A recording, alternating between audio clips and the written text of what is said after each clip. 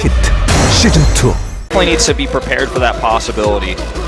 I do think it's almost too obvious to go for it here, but we'll see. And there was like one game I was talking to Artosis. He's like, one guy figured it out, or maybe it was you. I was talking to someone. They went blank and they held it with flying colors, and then nobody did the build ever again. Stats. It was stats. I remember this. Yeah. So you know, maybe he's not going to go for it, but we're going to jump into game number 3. Find out.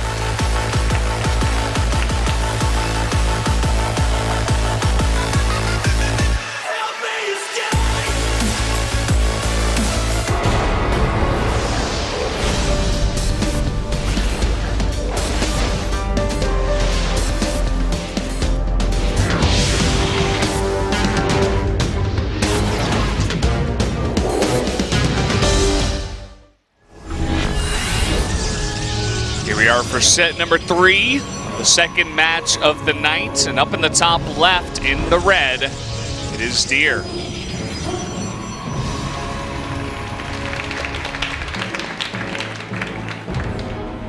Down to the bottom right in blue, it is GuMiho with an amazing hold in that previous set. And back here to game number 3.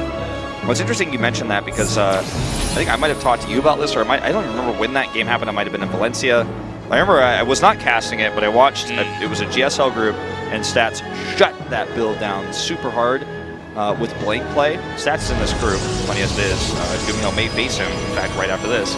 But I agree with Artosis because after that happened, the build went away for a while. We weren't really seeing it, and you can't even really call what happened last game a Cyclone build because it was way more complicated than that. There was a Cyclone made, okay, but it was not a Cyclone build per se. But this is the map where it's strongest, and we do see GuMiho go for a factory again. And Deer is even going to probe scout this because he knows he's very likely to see it, but GuMiho denies. Just on the edge there. Probe will survive.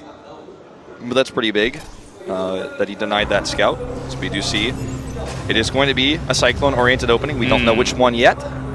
May even be the same kind of build we saw last game. It's going to expand with this. So it's not the 1-1-1, not the one base style. Could try to do some pressure with the Cyclone a little bit later on, depending on the buildings that he makes following this up. Yeah, this probe survives, by the way. I think that's a Marine that's looking around the map to the top, but he's going for a scout, which allows the probe to come down here and scout this. Don't know how I feel about that, because the Marine will not be able to see very much. He's just checking for a third base right now, I guess. Luckily for GuMiho, he does. Oh no, he does scout. I was going to say, having this Marine here, what does it accomplish? Oh, he made a stalker. I'm going to take all that info home. I'm going to tell GuMiho he made a stalker. I think having that Marine to deny the scout of the base is far more important. And he's going to send the Cyclone across and make a second one here. Second Cyclone is about to get a little bit wonky. I guess what that Marine may have also scouted is a mothership core. Didn't see one. He didn't see a pylon at the front either. There's no pylon here. So if he micros this perfectly, this is going to start to get pretty nasty. Already locked on to the mothership core. Backs off. This is how the beta looked of Legacy of the Void. I was playing a ton back then, and I was still playing Pross, and I was like, oh, I don't know how to stop these Cyclone things. They were much stronger back then, but you had to go blink every time. You had to rush it out, or even Phoenix's 2 was an answer there for a while. And now it's 2 Cyclones versus 2 Stalkers. I think a third one is coming up here. He's just going to go for a stim follow-up. It's an Observer, and these 2 Stalkers trying to get on top of that one Cyclone. It does survive. At least he spots the Observer here. He needs to repair these Cyclones and ready them for a follow-up attack. I think what happened was that he locked onto the Stalkers, but then he went down the ramp and lost vision. Exactly what happened. So then he was just like, oh crap, I gotta run. Yeah, that was just a small outplay by Deer, because Deer knew that would likely happen on the ramp like that, so he positioned his Stalkers in the right way to stop that from happening. Please tell me that GuMiho is not going to go for mag field accelerator and start making more and more Cyclones. I don't think he is. He's not. He made 3, which kind of made me a bit scared. Well, he's going to need to try to do as much damage as he can here before this push hits. He doesn't have a bunker. And what does he have, really? I mean, nothing, really. This is the problem. The siege tank is not out yet. And you can use this prism to not only save these stalkers and cancel the lock-on, but also can be used to lift up an elevator into the main. This is going to be a temporary lost natural here for GuMiho. And again, you just use that prism. He really needs to kill the prism if he can, but it's just so difficult. Stim is almost done. So if Deer messes around too much longer here, he's going to get punished. But he's like, no, I've done my damage. I'm making a third base. I'm still around. I'm going to see him move out if he does. Yeah, this is the problem with these kinds of builds, right? You're looking for more damage earlier on, maybe snipe a Stalker, Mothership Core if you get extremely lucky, the Protoss messes up. But Protoss here with just 3 gateways and a Warp Prism, right? It's not even like it's 4 gates or he's got Blink or something. No, it's just a lot of units. And when you make only Cyclones, you're not going to be able to hold it off. You need tanks, you need some infantry or a bunker you were talking about. Yeah, it's just that simple. I mean, everything you just described. Deer clearly is well-versed against the strategy. He brings the Prism. He knows how to stop the lock-on. He nearly kills this Cyclone as well. Knows how to stop the lock-ons, and that's why this is going to be targeted, but he can't maintain vision. He also had the Stalkers positioned perfectly at the top of the ramp once he saw it was a Cyclone-type build. And this is just trading for shields. He doesn't care. Prism is going to keep these Stalkers safe, allow them to recharge shields. I was going to have an observer to spot when the Cyclones are chasing. GuMiho will move across the map very soon with his tanks and the rest of his bio. And this is when Deer needs to be careful because Stim is done, combat shields are almost done. And if he holds the push, though, the game is over. There is no end game. There is no follow-up. There's no eBays. As I say that, he adds one.